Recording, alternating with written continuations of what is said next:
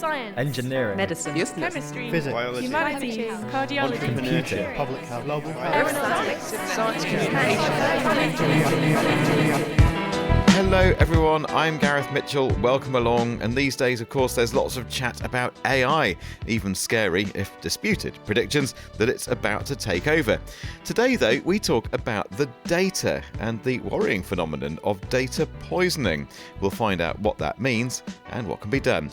Also today, complications for those living with HIV.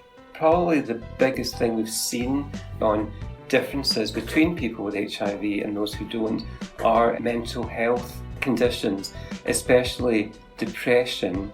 Also in this edition, if you're between 11 and 25, how your work could feature on a massive mural. The Imperial College Podcast. All right, well, let's get into it, as the YouTubers say. Welcome to the podcast and welcome to the little newsy bit that we always do at the top with Michael Mills to start with. So, Michael, we're going to start by talking about, well, India and smart metering, dynamic pricing, and why the business school is feeling a bit pleased with itself over this whole issue. So can you pick this one up for us? Yes, absolutely. Very pleased with ourselves. This is a research project by 3 of our academics from the business school, which has been selected as one of the top 75 ideas for promoting green lifestyles by the government of India. It's a project that aims to understand how smart meters and dynamic pricing can drive the transition to clean and affordable energy in India, which, like a lot of developing economies, relies very heavily on fossil fuels for most of its energy at the moment. Research is being undertaken by Dr. Shefali Karina and her colleagues Dr. Mirabelle Mules and Dr. Ralph Martin, and it's going to work with one of India's big electricity companies to offer customers devices that can actually switch off appliances during peak demand periods and reward the customers for saving energy more generally. They're also going to analyse how smart meters can affect household electricity consumption, bill payment behaviour and responsiveness to weather conditions. The findings are going to then help to inform policymakers on how to design markets that can balance the demand and supply of electricity while reducing that reliance on fossil fuels. And as we mentioned, yes, feeling very especially pleased because the project was among the top 75 ideas chosen by the Government of India's Lifestyle for Environment campaign, which is seeking to inspire global citizens to adopt more sustainable ways of living. So what might have led to the beginnings, anyway, of this study that you're mentioning that could well lead to some great intervention in India to ultimately save carbon?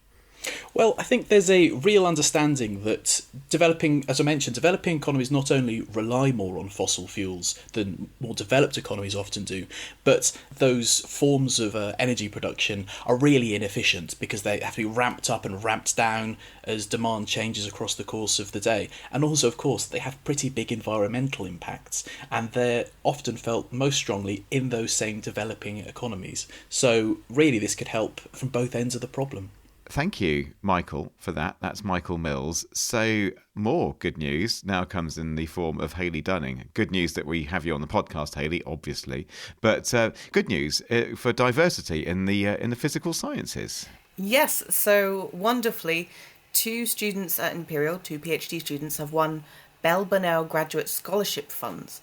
So these awards are given out by the Institute of Physics. They help students who are doing PhDs who might otherwise struggle and who are underrepresented in physics. And there's quite a story behind these awards, isn't there? Yes, so Bell Burnell is Professor Dame Jocelyn Bell Burnell. She is a wonderful physicist who played a leading role in the discovery of pulsars, which are special kinds of stars. She wasn't awarded a Nobel Prize for that, quite controversially, but in 2019 she was awarded the Special Breakthrough Prize in Fundamental Physics for this discovery. She was awarded £2.3 million, which she immediately donated to the IOP for this fund. There's a brilliant documentary about Jocelyn Bell Burnell, well worth checking out if you go and search for it online. So tell me a bit more then about how these awards are happening and how they've come to Imperial. Yep, so we've got 2 very different kinds of physics projects which are really interesting. So the first student is Alina Shi, and she works on methane and tracking methane. So this is more of an atmospheric climate change kind of physics project. So she works with Dr. Heather Graven in our Department of Physics, and they look at uncertainties in the methane budget. So methane is obviously another greenhouse gas like carbon dioxide, but we've got more uncertainties about where it comes from and how we can address reducing it. They look at the types of carbon that are in them, so then you can actually tell what sources they're from, whether they're from fossil fuels or, say, from farming. And they want to do these kinds of measurements in different places around the world, such as the Arctic and China and Brazil. So her project will be about that. And how about the other awardee? So the other one is Raymond Isiche, and he is doing something much more on the other scale, which is the fundamental physics of how the universe came about. So he did his MSc here at Imperial as well, which he got a paper out of, which is remarkable for an MSc student. And he was working on the Hartle-Hawking idea that the universe came out of nothing through some sort of quantum tunnelling process. His future thesis might be something more into how we can tap into the vacuum energy here and now, and not just at the beginning of the universe, which sounds wonderful. Don't quite understand it yet, but I'm sure we'll get some great papers out of that. I'm sure we will, Hayley, and I have no doubt that you'll get your head round all that physics, being our kind of physics nerd round here. So enjoy that. Hayley, thanks a lot. All right, now, subject change. It didn't go well. Microsoft was in the news in 2016 for all the wrong reasons when, soon after launch, its Tay AI robot turned racist.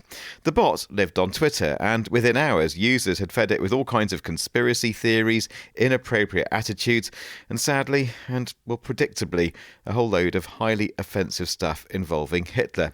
The episode was an all-too-visible case of a big problem in AI: data poisoning. It's where attackers manipulate data so that the AI produces wrong answers.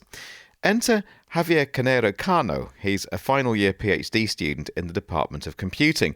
His research is all about the problem of data poisoning, and he tells me reliably that there's a whole lot of maths involved.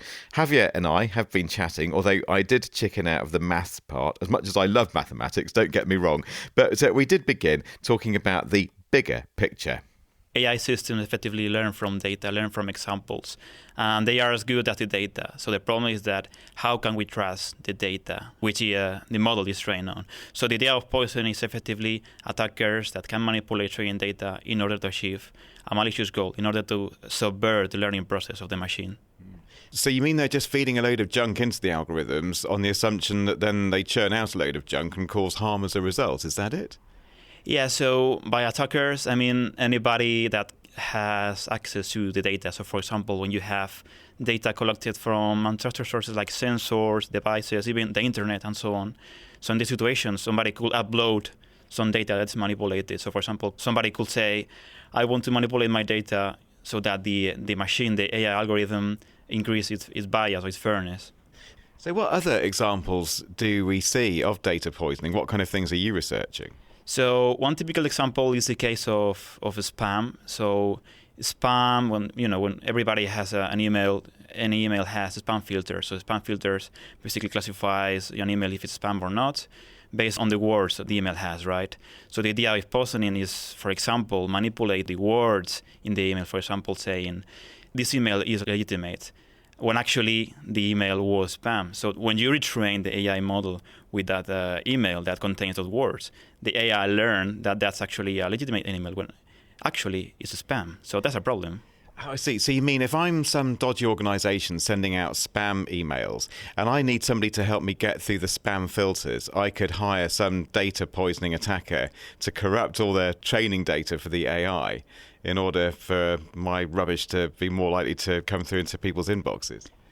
Yeah, that's why sometimes receive spam that our spam filter classifies it as a benign email. And you can see words like trust this email or this email, it's targeted for you and so on. So that's the case. So attackers can effectively manipulate those words to fool the detector and to make a lot of rubbish emails reach your inbox folder, actually. Right. So the key thing is that they're not fiddling with the algorithm itself, because these attackers don't have access to the algorithm. So it's the data that's going into the algorithms. That's their way in. That's their vector of attack. So often in practice, the attacker may not have access to the system, to the algorithm, but what we call it there is that they have a surrogate model. So they can imagine or they can figure out more or less what kind of model the spam filter has. So they actually optimize the data, the words or the features of that data in such a way that to fool that surrogate model that they think could be similar to the one that actually is deployed in practice.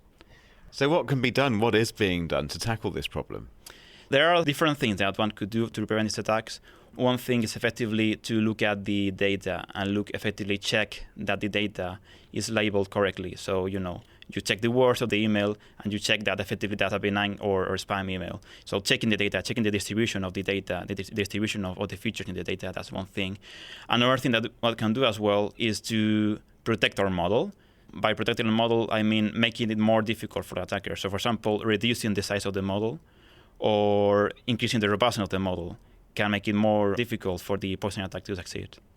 How can we detect if, say, a given data set has been corrupted or poisoned somehow?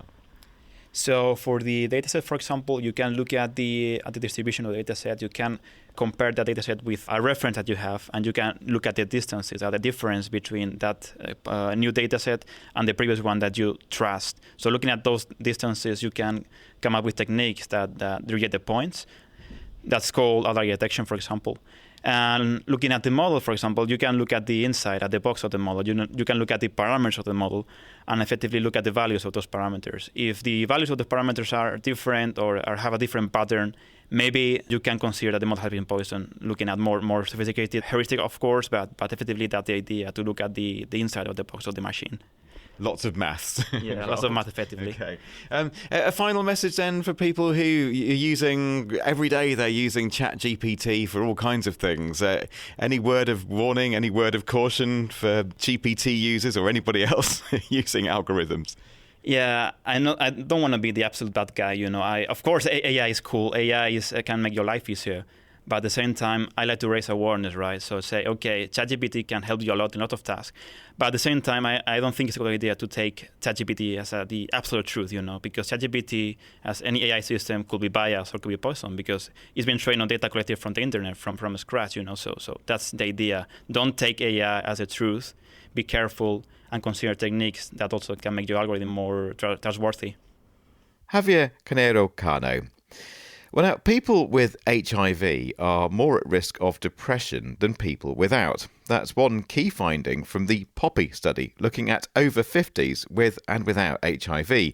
Dr. Charlotte Eve Short is a clinical lecturer in sexual health in the Faculty of Medicine. She's been hearing about that depression finding and other conclusions from Professor Alan Winston, a medical doctor and clinician looking after people living with HIV. The conversation is one of a series of 4 Imperial College podcasts exploring the modern-day experience of living with HIV. In this episode, then, more from Alan, whose research interests include complications from HIV. So the complications that we generally see nowadays are what we call non-infectious complications. So it's not infections because the immune system isn't working, but it's other conditions and diseases that we traditionally see as people get a little bit older. So for instance, we see potentially higher rates of heart disease, and we also see higher rates of many mental health conditions in people living with HIV. And I understand that conditions that affect the brain is something that you're particularly interested in. Yes, so we've done a lot of research on brain health in people living with HIV. So we've looked at cognitive function, so looking at early markers of dementia in people living with HIV, and also similar people who don't have HIV. And in fact, a lot of our research has been very reassuring that cognitive function or brain health in people living with HIV is actually very similar to lifestyle-similar individuals who don't have HIV. So I think this is really reassuring for the community and really reassuring for people living with HIV. Yeah, I think it's so reassuring. Can you tell us a little bit more about what research studies are currently looking into these sort of comorbidities in people living with HIV that are going on at Imperial at the moment? Yeah, so in the UK, I'm being led from both Imperial and UCL. We have a study called the POPPY study. So the POPPY study it stands for Pharmacokinetics and Clinical Observations in People Over the Age of 50. And it was a study that we set up 10 years ago now, and it's looking at the health of people living with HIV across many centres in England and also in Ireland. And the POPPY study has over 1,000 older and younger people living with HIV, and also a group of slightly older, so at the time the study started it was people over the age of 50 who don't have HIV but have similar lifestyle factors to the people with HIV in the POPPY study. So it's really fantastic that we're able to make those comparisons and see that cognitively people living with HIV are actually not doing worse than their other counterparts. But we do know that our cohort does or are significantly affected by mental health conditions. Can you tell us a bit more about your experience with that? Yeah, so one of the quite surprising findings actually from POPPY was we've spoken about some of the reassuring findings, and one of the reassuring findings is that in general brain health is not too dissimilar in people who have HIV and people who don't have HIV. And for many other medical conditions, we see slight differences in people living with HIV compared to our control group. But probably the biggest thing we've seen in the POPPY study on differences between people with HIV and those who don't are mental health conditions, especially depression and symptoms of depressive illnesses. And we see a vast difference in the people with HIV compared to those who don't. So to put that into perspective, we're seeing 30 to 40% of people with HIV reporting either a diagnosed mental health condition or significant symptoms of depression, whereas in our population who don't have HIV, it's around 10%, which is more similar to what we might expect to see in the general population. So really it's quite a significant difference in depression and depression symptoms in people who are living with HIV. That's a real significant kind of prevalence, isn't it, and burden. What do you think we should be doing as physicians to kind of tackle this issue going forward? So I think there's lots of things we need to be doing as physicians in tackling this. So the first thing is recognising it. It's recognising that people with HIV have a lot of depressive symptoms. So as a doctor who looks after people with HIV is recognising it in clinic, making sure we're addressing it, asking about it, and making sure that people are being offered services or treatment to help this. And also ensuring that we share these findings both with the community, with people living with HIV, and also with other researchers and healthcare providers, so that this is something that is recognised, so it can, people with HIV can be offered the appropriate treatment. And another thing is that stigma can affect people's self-image when they have HIV, and that can contribute to the depression that we've just been hearing about. Claire and Alan went on to discuss stigma in the podcast. It's well worth a listen. The best place to find it is via Imperial College's SoundCloud account. Well, finally, it's been a big weekend. We've just had the Great Exhibition Road Festival, so thanks a lot for coming if you made it along or took part. Thank you. And out of the many attractions was an opportunity for young people to get artistic as part of efforts to tackle climate change. On Exhibition Road, scientists and artists were on hand to give top tips on creating memorable, impactful murals to raise awareness about the plight of our planet and what we can all do about it. But the venture didn't stop when the festival closed on Sunday evening. Oh no, because for you, or young people, it could be just the starting point to getting your creativity onto a massive mural for thousands, maybe even millions of people to see. This is the Grantham Climate Art Prize, and I've been hearing more from Media and Outreach Officer Lindsay Winton at the Grantham Institute. The Grantham Climate Art Prize was started a few years ago by the Grantham Institute. Initially it was staged in a gallery and people submitted pieces of art on the topic of climate change. And for the last couple of years it's become a mural project. So this year, 2023, the theme is going to be Palette for the Planet, and it's about getting young people to imagine a greener, cleaner future world. So thinking about the world that they want for the future. So what are you asking the young artists to do? We've asked them to draw on 9 things that you can do about climate change, which are a resource that the Grantham Institute has, and they include things like respecting and protecting nature, active travel, eating less meat and dairy, just different steps that we can take to reduce our impact on the climate. how wide open is this then? So you're a young person and you feel inspired to create some art around climate change. Is it a case of anything goes, or within those themes anyway, are there boundaries? It's going to be two-dimensional. It can be drawn, you can use a range of materials. You could create this as a graphic design online. You can't use AI. The point is, it can't be something negative though. We want this to be a hopeful vision. We don't want them to feel that there's nothing they can do. We want them to feel empowered, and we want them to feel this is what the world could be. So it's really thinking about, you know, how much greener and more sustainable could a future world be, and finding a way that's right for you to depict that. And if you maybe know a lot about climate change and science, but you've got a friend who's great at art, you can work together. There's no restriction on, you can work as a group.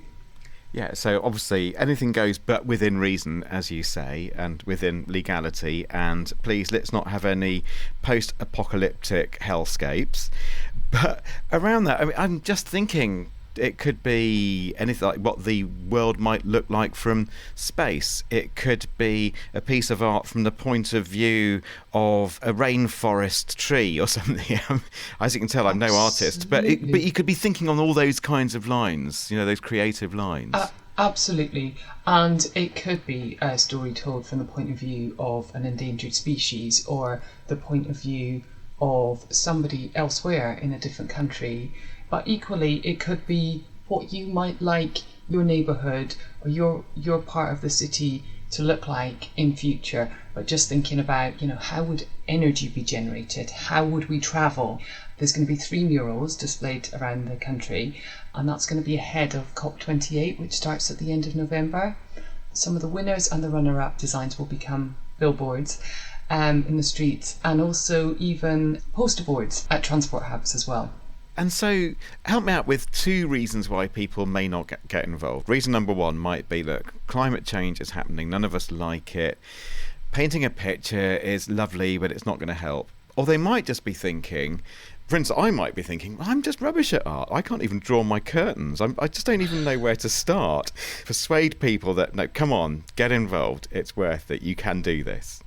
I think this is our world, and for young people it's their future. You know, I have kids myself, and I know they're concerned that adults aren't doing enough about the climate crisis, but it is an opportunity to create a piece of art that millions of people will see. This will be seen by people, not just people who go to art galleries. This will be seen by people in the streets, and it will be there for hopefully quite a long time and have a bit of a legacy. We know how popular some murals have been, and also how communities taken ownership of them. So it's just a really good chance to, you know, say what you think you would like to see in future.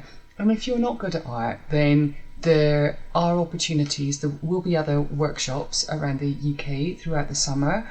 We ran some at the Great Exhibition Road Festival recently, and there'll be a few more opportunities like that where you can meet one of our artists. We've also got on our website the video with some tips from one of the artists who we've worked with before, Bryony Benjabet, just talking about design techniques and what you can do. But, you know, if you really don't feel like art is your thing, work together with a friend. This is, you know, we're going to solve the climate crisis together. So, like, you know, just work together with a friend or a sibling who's good at art and come up with a creation.